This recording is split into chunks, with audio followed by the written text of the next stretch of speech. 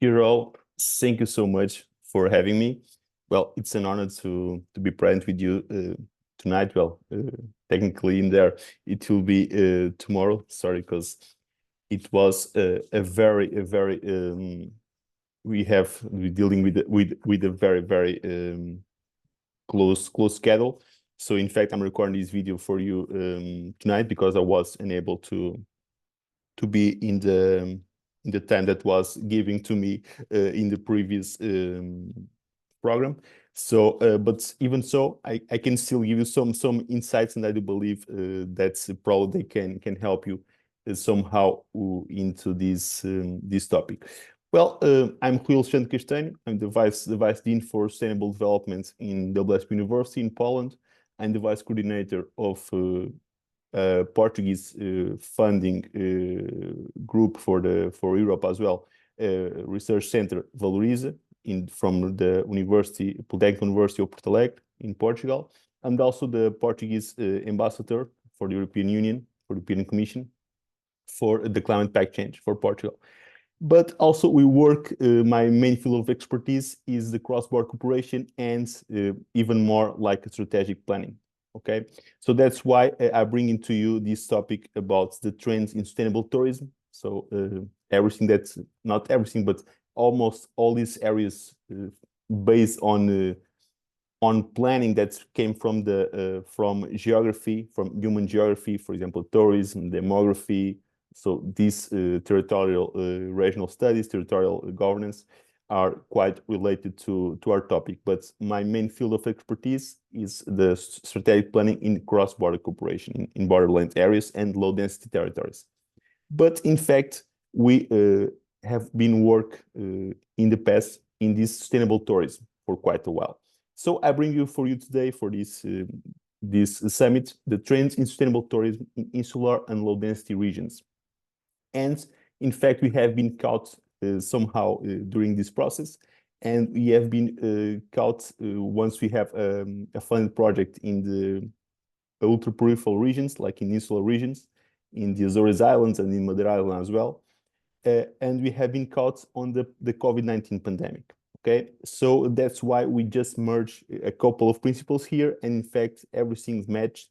And we had quite a plenty of interesting research that we have as no expecting that outcome, but in fact it was like a merge of like a start alignment that make all these issues, and therefore I bring to you this learning that we had, at least we learned from the COVID-19 pandemic, and also we learned in different territories and also in different areas that in fact those areas can somehow match.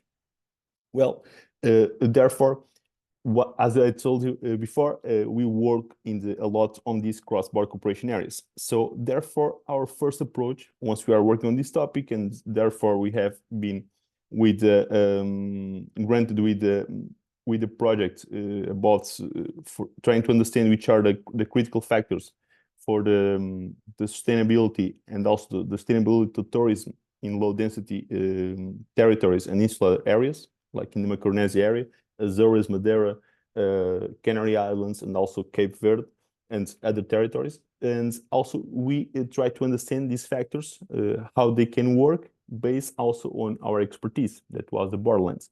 And so we look at it from the perspective, so we just make like a silly question that's therefore, in fact, many of the points were interconnected. So could European border areas provide some guidelines for the success of regional development of insular territories and also for sustainable tourism in general? Well, it should be like a lot of principles and concepts here different, but in fact, we believe they do. After a bit of research and after we connect all our points, in fact, they do. Well, and that's why. So we need to start from some point. Well, in the let's say in the beginning, for example, like the European borderlands, if you want to focus only on Europe, because it's the one that we work the most, and when cross-border cooperation, perhaps it's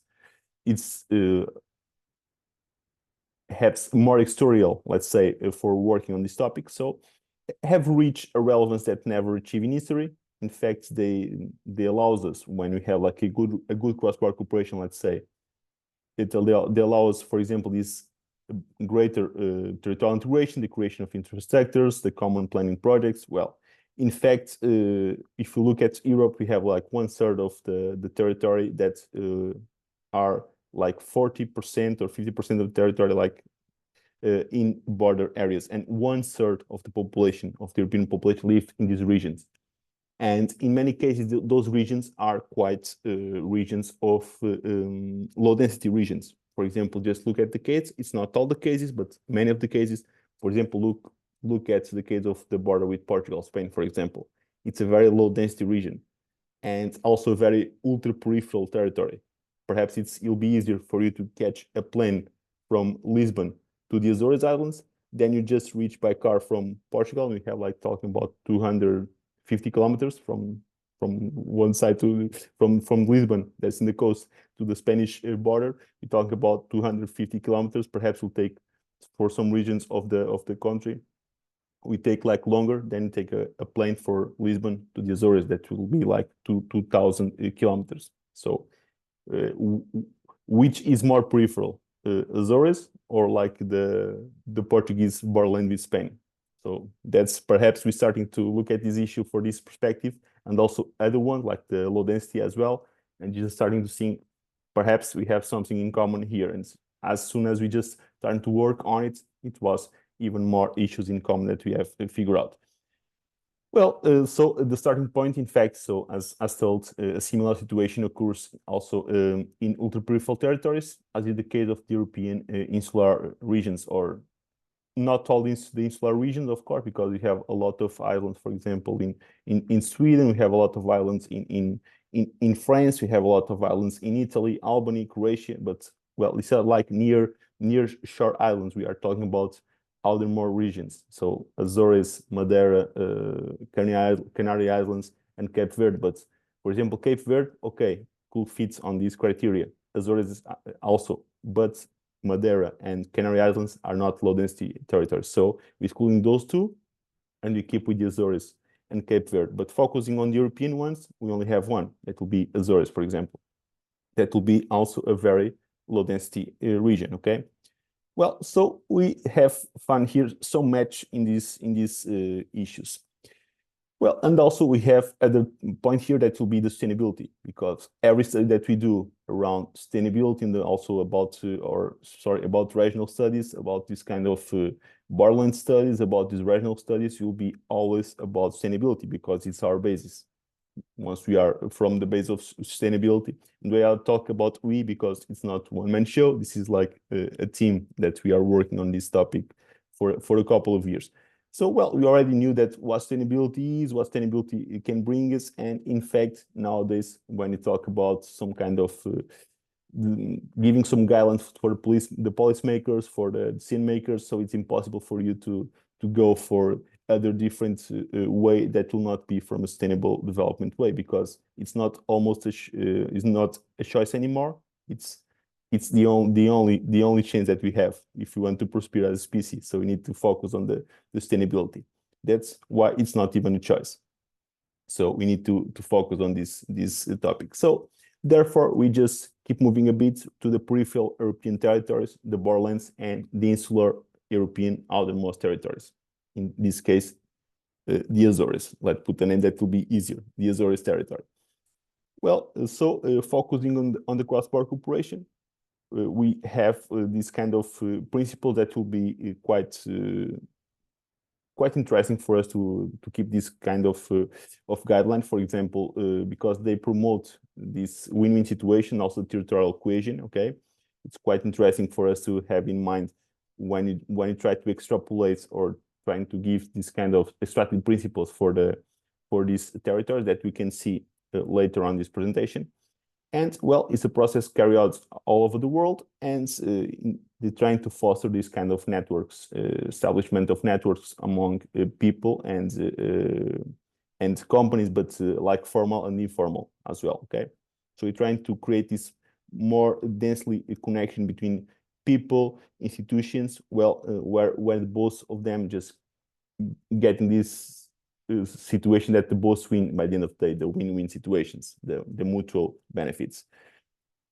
But also in the insular regions, in fact, the borderland regions are very specific, but the insular regions are very specific too, okay? Because they constitute a special category of space because of their particular features, and must make them, from the point of view of geography, a very specific case studies for, of course, for geographical and socioeconomical isolation, and also for the increasing of inequalities, which is quite the same that happens in almost all the cases of borderland that we have been studied so far, okay?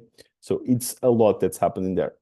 So what we use for trying to tackle and try to get this more responsible tourism, this kind of sustainable tourism in these low density areas, we back then to our research about the borderlands and trying to figure out which principles we can extract for these borderlands to the insular case studies. And in fact, well, we have like quite a robust research on cross-border cooperation areas in these borderland areas and also low-density territory areas through all over Europe. As you can see, we have like 20 case studies that we have developed this study in 2015 or so, or 2014, something around that, and we still working on that for the last decade.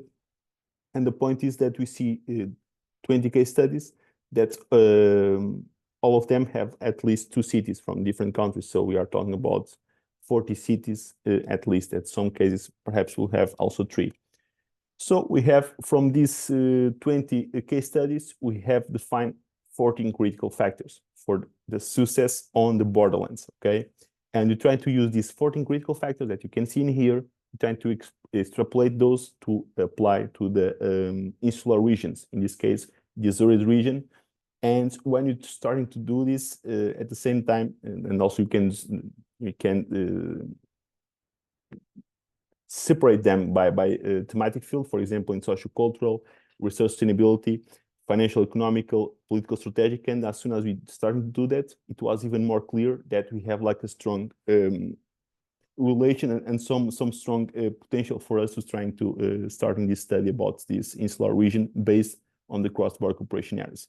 But by the time that we are starting to do this, it was the outbreak of the COVID-19 pandemic. So it was even more relevance that we can saw, for example, in these insular territories and also in a lot of low density areas all over the world, because people looking for places that were much more secure, let's say, with a lower density in these areas. So we started to put all together in here and starting to understand that perhaps it was much more interesting that we believe in the principle in the beginning of all of this, that we can use this kind of cross-border cooperation previous studies for this for these insular territories. So in fact, we developed some studies. Remember those 4 topics: sociocultural, research sustainability, financial, economic, political, strategic, that we bring from the border regions. Well, we have developed some studies, in fact, in these insular regions on these thematic fields. Of course, the main field was tourism sustainability, and also the cultural management in tourism, the stability, that it was one of the factors, the research sustainability, land use changes, cooperation strategies, and of course, the direct impacts from the COVID-19 outbreak, okay? Well, we have just some studies here. For example, tourism sustainability, we have studied into the Azores. We have extrapolated those principles, and therefore it just gave us some guidelines for the tourism sustainability in ultra-peripheral territories, okay, in the Azores region. And also we have settled here which could be the extractive principles aligned with the ones from the cross-border or the border regions in Europe, okay? Also, the patterns of feasibility in this case in the Azores, because it was our case study that's the one that also matched with the case study that we study. Sorry for the redundancy, but the one that we study in the European borderlands. And also, well, we have also another ones just to try to figure out some different patterns here in the Canary Islands, but also ultra-peripheral territory and also insular territory with the islands. And the research sustainability, that we have the same in the cross-border areas, but here focus, for example, in Madeira Island, okay? And the land use changes, once more, here we have the Canary Islands, but also we have developed the same, I not have it in here, but we have developed the same for the Azores Islands, so you can understand the same. Here, once more, from the land use changes, the public policies, so the political strategical point of view, okay, the perception of the, or which was the territorial management and the government's regional public policies and the relationship with the tourism, okay. The case study, once more, it was the Azores region, or all of that area from the Macaronesia region into the Atlantic. And another one, the study because from this perspective, we use from the resident perspective, we use from the company's perspective, we use from the visitor perspective, so we use from different perspectives, and also the specific impacts of the SARS-CoV-2, so the COVID-19 also. And we noticed that a lot of people, of population, seeking more for these areas, but not only from the Azores, for the islands, also for the borderlands territories, because it was an increase of the ecotourism, of the slow tourism, and all this kind of nature-based tourism into the borderland in Portugal, Spain. So in fact, in all of the low-density regions, it was a stronger look on this field. Once more, the impact on the residents, for in this case from the Azores, but well, and also in some specialists or journals that cross medicine with the territory. It was quite interesting that we have the opportunity to do that once again with our case study from the Azores. And just to try to wrap up everything, because it's, as you can see, it's like a big research, but it's quite difficult for us to try to put all these concepts like in 15 minutes. That I will not want to take a lot of your time, but you can always contact me after. So it's quite easy to contact me. So like in conclusion, so just to try to wrap up, these ultra-peripheral territories, the strategic planning should be designed with, of course, with a great responsibility, like all territories, but here they are more fragile, let's say. And the sustainability issues are essential in this endeavor, as we already knew, because of this kind of all of these endogenous resources they had, and all this unique landscape that is characterized by these territories. And of course, the need to protect the region's competitive advantages. For example, the natural assets that I'm highlighting here, and the high level of sustainability has been critical to following a consistent planning model. So nature tourism, ecotourism, and adventure tourism, so all this kind of nature-based tourism, let's say, inspire, or rural tourism, if you want, inspired by sustainability principles can be a critical element in this model.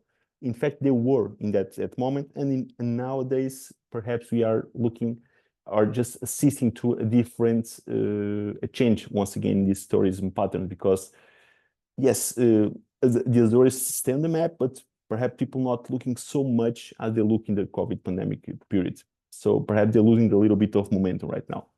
Regional technical plans should choose nature tourism as a priority product for the destination, in addition to re-emphasize the significance of sustainability for continuous improvements and evaluation of these specific territories and so fragile. Tourism is an important strategic sector for these insular territories, and can make a decisive enhancement to the region's development and growth, of course. But we also need to take into account that in a moment, for example, the Azores receive tourism, okay, but they not receive so much tourism they're receiving in the moment of the pandemic and after, okay. But the same happens also in the borderlands, for example, Portugal, Spain, because it's a very low density region, is borderland. So the point is that we should rethink and redesign the plans that we already had, because when you look back at those plans, you say, okay, they are sustainable, all the territory is quite well sustainable, because we not have like a big anthropic pressure under these territories. But in that moment, we felt like a higher anthropogenic pressure under these territories. So we need to redesign this kind of plan, because they are designed for let's say for 10, but now they need to be redesigned for 20, you know, like for the double. So that's why we need to try to think about okay, we need to profit. We have an opportunity for profit, but at the same time, let's keep the territory sustainable again, still sustainable, because let's try to keep this very thin balance. It's not so easy as they could be seen. So it's quite tricky to get that thin line about you get like this sustainability, and at the same time to get profit about this increment into the territory in the region. So, and also extracted principles enhance the urban and rural life quality standards. Okay, strategy for rejuvenate its population, because as India's already not so much, but for example in the borderlands also, because remember we are always here doing this kind of double duality of concept for the borderlands and also for the insular territories. In the borderlands, sorry, we have a lot of elder population. Okay. And once more, design the policy that focus on sustainable development, aiming to create significant investments regarding infrastructures and services, because many of those studies that we have done about the infrastructures and accessibility shows that we need to increase a lot. As for the borderlands, as for the insular territories, okay, mainly focus on this accessibility, but not only, and strengthen the conservation and preservation of the ecological systems and, of course, the endogenous values of these territories. Because by the end of the day, it will be what they have like difference that going to differentiate those territories from other ones. Okay, and stimulate interaction between societies and the environment for them to can get this value more and more to these territories. Well, based on that, we also had the farming strategies that sustain green areas with ecological and cultural heritage values. That will be like one of the most interesting assets. Also encourage entrepreneurship, associate with small and medium size business, and of course in the diversity of offering in these areas as well. Prevail rural tourism over mass tourism, and promote narrow cooperation among the public sector, the private sector, communities, and civil society. So basically trying to foster this involvement between all the actors that are involved into the territory, because it will be pivotal for our strategies to have success by the end of the day. Well, I just leave you here some references from the study that we made. We have made a couple of studies, but we still have more if you just take a look on my professional social medias, and also if you want to contact me as well. So it will be a pleasure if I know how to answer to some of your questions, or if you want to collaborate in some point. So it will be a pleasure. So once more, here you have my contacts. Sorry for this speed, and also to trying to merge all these concepts, because it was like a bigger study than I trying to show you. But just trying to show you that sometimes the idea that we have like in the first approach that look like so very crazy ideas, that by the end of the day they are not so crazy, and just we can connect several principles that we have already starting the research, and we can extrapolate, of course, with some adjustments, because all territories are different. But in fact, we notice a lot of similarities, and also the COVID pandemic, it was even a moment or a factor that has even increased more all of those, or connect more all of these points of the equation. So once more, thank you so much for having me, and a special thanks to Dr. Stabak for having invited me for this event. So I hope for the next one I'll be there in person. So thank you so much once more. Thank you.